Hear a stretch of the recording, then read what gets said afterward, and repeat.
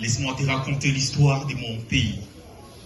Une histoire où la guerre triomphe, la ruine de l'espérance, cette violence qui grandit de jour en jour, les mots liberté s'éloignent de nos bouches.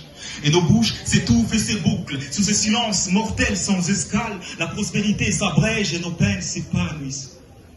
Alors ils veulent cerner nos cervelles en nous faisant croire que l'enfer est réel qui est dans nos pensées. Pourtant, sous ces vents du désespoir qui souffle, c'est l'enfer que nous respirons. Une ampleur qui s'amplifie, ça apaiser nos tristes vies.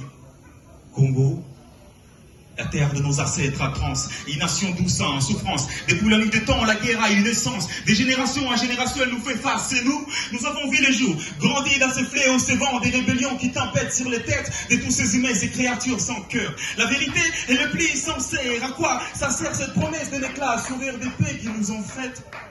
Est-elle visible ou noyée dans le désappointe?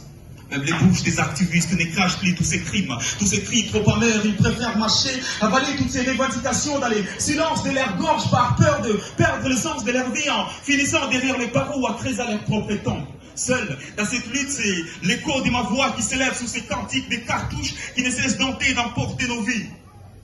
La barbarie déempile sur nos routes, même nos champs deviennent des zones rouges. On renonce à nos semences qui poussent par peur de récolter la mort. À l'est de mon pays sans empire, dites-moi, comment fleurir l'espoir sur ce sol où les sorts de nos frères ont été scellés sous une mort trop rapide et précoce? Le Congo est un pays très fertile sur son sol, mais par son sort très tragique, on a du mal à germer l'espoir pour récolter la paix. Oui, peuple, comme moi, je sais que tu souffres.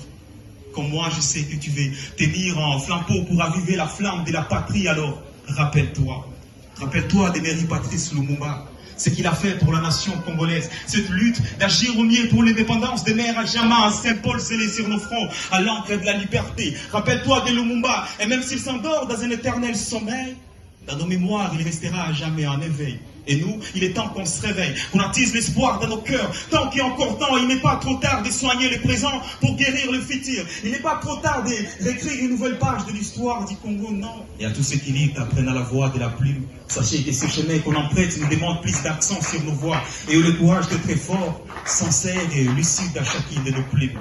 Car chaque vers qu'on fait couler sur nos feuilles est une quête pour un nouveau départ. Un Congo meilleur et prospère, jusqu'à ce que la plume nous répare. Merci beaucoup.